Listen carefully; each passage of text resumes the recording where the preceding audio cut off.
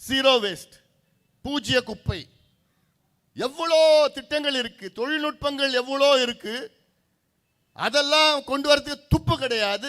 இத்தனைக்கும் நாங்க பசுமை தாயகம் சார்பிலையும் பாட்டாளி மக்கள் கட்சி சார்பிலையும் பல முறை உங்ககிட்ட கொடுத்துருக்குறோம். அதை செய்யறதுக்கு துப்பு கிடையாது. ஆனா இந்த திட்டத்தை கொண்டு வந்து வேண்டாம் வேண்டாம், இங்க இருக்கிற மக்கள் வேண்டாம் வேண்டான்னு சொல்றேன். ஏன் நான் சொல்றேன்னா, இந்த திட்டம் இங்க வந்தா இப்ப சாதாரணமா ஒரு அனல் மின் நிலையம், நிலக்கரி பயன்படுத்துகின்ற அனல் மின் நிலையம், கோல் பேஸ் பவர் பிளான்ட், இந்த பவர் பிளான்ட்டை விட இந்த திட்டம் வந்தால் 28 மடங்கு அதிகமாக டயாக்சின் வெளிவரும். இந்த திட்டத்தின் கீழ் ஒரு கோல் பேஸ் பவர் பிளான்ட் இருந்ததுன்னா அதை விட 28 மடங்கு டயாக்சின். டயாக்சின் என்ன தெரியுமா? அப்படி நச்சு விஷம் வாயு.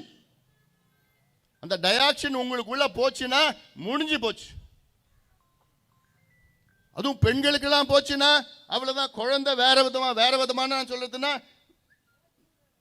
ஊனமா இப்படிலாம் நிறைய இருக்குது.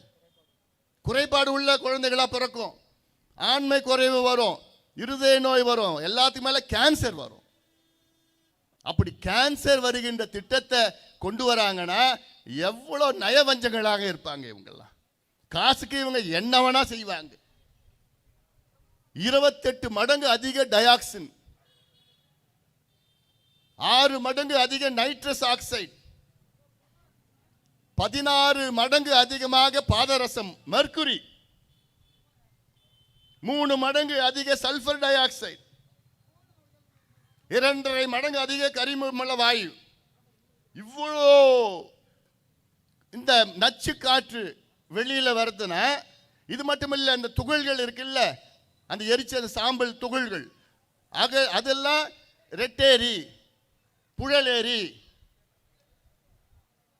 இன்னொரு ஏரி என்ன பெரிய கொரட்டூர் ஏரி, இந்த 3 சோழ வந்த ஏரி, இந்த ஏரியில படிஞ்சிடுச்சுன்னா அதை தான் நம்ம குடிக்க போறோம்.